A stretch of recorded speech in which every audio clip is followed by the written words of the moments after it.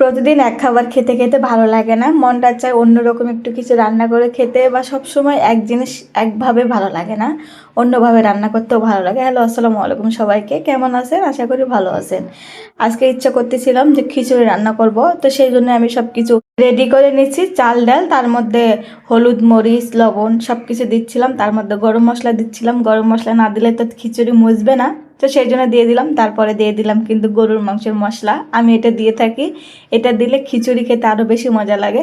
সেই জন্য সবার লাস্টে তেল দিয়ে একটা মাখামাখি শুরু করে দিয়েছি। হাত দিয়ে যত চটকাবেন বা যত মাখবেন তত কিন্তু খিচুড়ি মজা হয়। সেই জন্য আমি প্রতিবার খিচুড়ি রান্না করলেই এই টিপসটা ফলো করি, যাতে হাত দিয়ে মাখায় রান্না করতে পারি। সব সময় রান্না করি কিন্তু হাত দিয়ে মাখায় কোনো একবারও রান্না করি না যে একটু কষায় রান্না করি। কষায় রান্না করতে ভালো লাগে না, আর আমার কাছে মনে হয় বেশি একটা মজা লাগে না। সেজন্য আমি হাত দিয়ে মাখায় প্রেশার কুকারে দিয়ে রান্না করি, সবসময় এইভাবে রান্না করে থাকি। চাইলে আপনারা এইভাবে রান্না করে খেতে পারেন।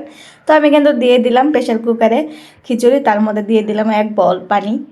পানিটা তো দিতেই হবে, মাপ করে দিয়েছিলাম। দিয়ে প্রেশার কুকারের মুখটা আটকায় দিয়ে আমি তুলে দিয়েছিলাম। তার মধ্যে আমার খিচুড়িটা রেডি।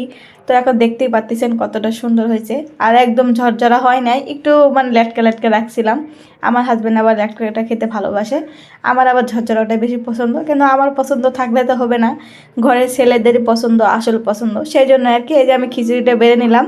নিয়ে আমি এখন ডিম ভাজার জন্য প্রস্তুতি নিচ্ছিলাম। এটা কিন্তু সরিষার ফুল দিয়ে ডিম ভাজা, কেউ খান নাকি বা খাইছেন নাকি অবশ্যই কিন্তু কমেন্ট করে জানাতে পারেন।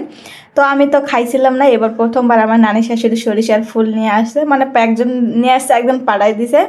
তো এটা সুন্দর করে মাখতেছিলাম, হলুদ লবণ যা যা দিতে হয় সব কিছু দিয়ে, কাঁচামরিচ আর পেঁয়াজ তো কাটিয়ে রাখছিলাম, সব কিছু মাখায় দিয়ে এক সুন্দর করে চটকালাম। চটকায় আগে ডিমটা ভেঙে দিচ্ছিলাম।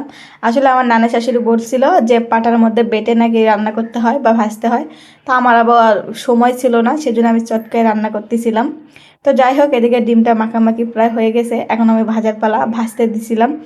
ভাজতে দিতে দেখে তেল দেয় নাই, সেজন্য তেল দিয়ে দিলাম। তেল দিয়ে ডিমটা দিয়ে দিলাম। ডিমটা দেখে বুঝতে পারতেছেন কতটা সুন্দর হবে, আসলে খেতে অনেক মজা ছিল। আপনারা যারা খান না বা খাননি কোনো দিনও, এটা একবার ট্রাই করে দেখতে পারেন। তো সরিষার ফুলের ডিম ভাজি অনেক মজা লাগে খেতে। আমার এক পাশ কিন্তু ডিম ভাজা হয়ে গেছে, অপর পাশে আমি উল্টে দিলাম। এখন উল্টে দিয়ে দেখতেছিলাম ডিমটা ফুলতেছিল, আর এত সুন্দর দেখা যাচ্ছিল, ঘ্রাণ হতেছিল সরিষা ফুলের। যাই হোক, ঘ্রাণ শুনলে তার হবে না, পেতে দিতে হবে। সেজন্য দুইজন খাবো, সেজন্য দুইজনের ভাগ করে নিচ্ছিলাম। তো দুটো ভাগ করা হয়ে গেছে, একটা আমার হাজব্যান্ডের, একটা আমার।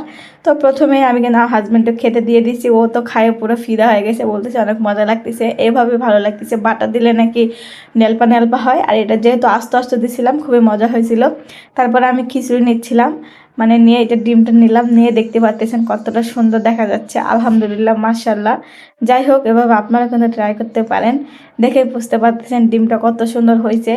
আপনারা চাইলে এভাবে ভেজে খেতে পারেন, কেমন হলো অবশ্যই কিন্তু কমেন্ট করে জানাতে পারেন। আমি তো খালাম ইনশাল্লাহ, আলহামদুলিল্লাহ, আমার রিজিকে রাখছিল, সেজন্য আমি খেতে পারলাম, আপনারাও খাবেন।